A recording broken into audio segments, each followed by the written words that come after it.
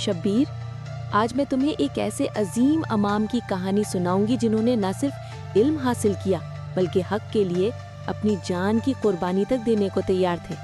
ان کا نام ہے امام احمد بن حنبل رحمۃ اللہ۔ واہ مہر، ان کے بارے میں سننے کا بہت شوق ہے۔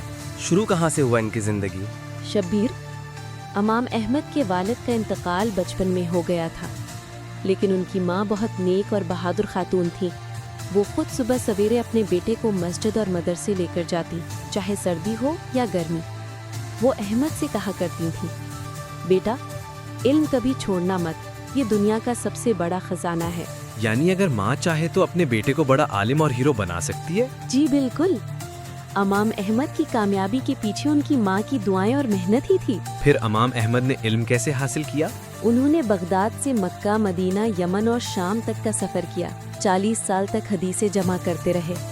ان کی سب سے بڑی کتاب المسند ہے، جس میں 40,000 سے زائد احادیث ہیں۔ مہر، تم نے کہا تھا وہ حق پر ڈٹ گئے تھے، ذرا تفصیل سے بتاؤ۔ جی شبیر، عباسی خلیفہ نے کہا کہ قرآن مخلوق ہے۔ زیادہ تر لوگ ڈر گئے، لیکن امام احمد نے کہا نہیں، قرآن اللہ کا کلام ہے، یہ مخلوق نہیں۔ پھر انہیں قید کر دیا گیا، زنجیریں پہنائی گئیں اور سب کے سامنے کوڑے مارے گئے۔ ہر کوڑے کے بعد لوگ سمجھتے اب احمد ہار جائیں گے، مگر وہ بار بار کہتے اگر میرا جسم ٹوٹ جائے تب بھی میں حق نہیں چھوڑوں گا۔ کیا لوگ ان کی باتوں سے متاثر ہوئے؟ ہاں شبیر، بازاروں میں کہا جانے لگا احمد بن حنبل اکیلا نہیں، وہ ہم سب کی ہمت ہے۔ ان کی استقامت نے امت کو دکھایا کہ دنیا کا سب سے بڑا ہتھیار تلوار نہیں بلکہ حق پر ڈٹے رہنے کی طاقت ہے۔ مہر، ہمیں آج امام احمد بن حنبل کی زندگی سے کیا سیکھنا چاہیے؟ امام احمد بن حنبل کی 3 بڑی جدوجہد اسلام کے لیے۔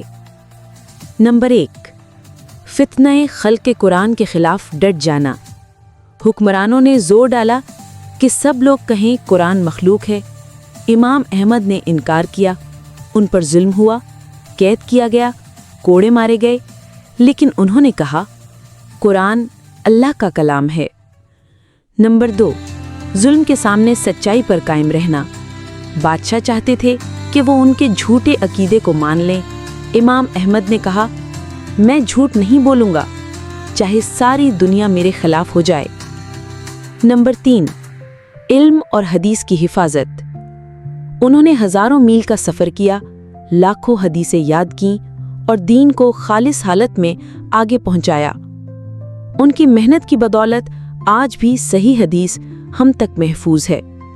مگر یاد رکھو، حدیث کا مقصد صرف سنانا یا واٹس ایپ پر فارورڈ کرنا نہیں ہے۔ اصل کام ہے حدیث کو سمجھنا اور اپنی زندگی میں عمل کرنا۔ امام احمد بن حنبل کی ماں کے 3 سب سے اہم کردار۔ نمبر 1، علم کی محبت پیدا کرنا۔ چھوٹے احمد کو رات کو اٹھا کر مسجد اور درسگاہ بھیجتیں تاکہ ان کے دل میں علم کی روشنی پیدا ہو۔ نمبر 2، تقویٰ اور حلال رزق کی تعلیم۔ غربت میں بھی کبھی اپنے بیٹے کو حرام چیز کھانے یا لینے نہ دیا۔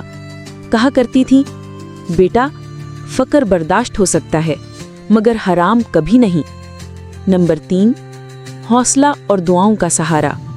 جب امام احمد پر ظلم ہوا اور کوڑے برسائے گئے تو ماں نے انہیں ہمت دی اور کہا بیٹا حق پر قائم رہنا، اللہ تمہارے ساتھ ہے۔ پیغام برائے ماں۔ امام احمد کی استقامت کے پیچھے ان کی ماں کی قربانی اور تربیت تھی۔ آج اگر مائیں چاہیں تو اپنے بچوں کو دنیا اور آخرت کا امام بنا سکتی ہیں، لیکن اگر وہ صرف موبائل، وقت ضائع کرنے اور دنیاوی چیزوں میں الجھ جائیں گی تو آنے والی نسلیں صرف بھکاری پن اور کمزوری میں رہ جائیں گی۔ 3 عملی نصیحتیں۔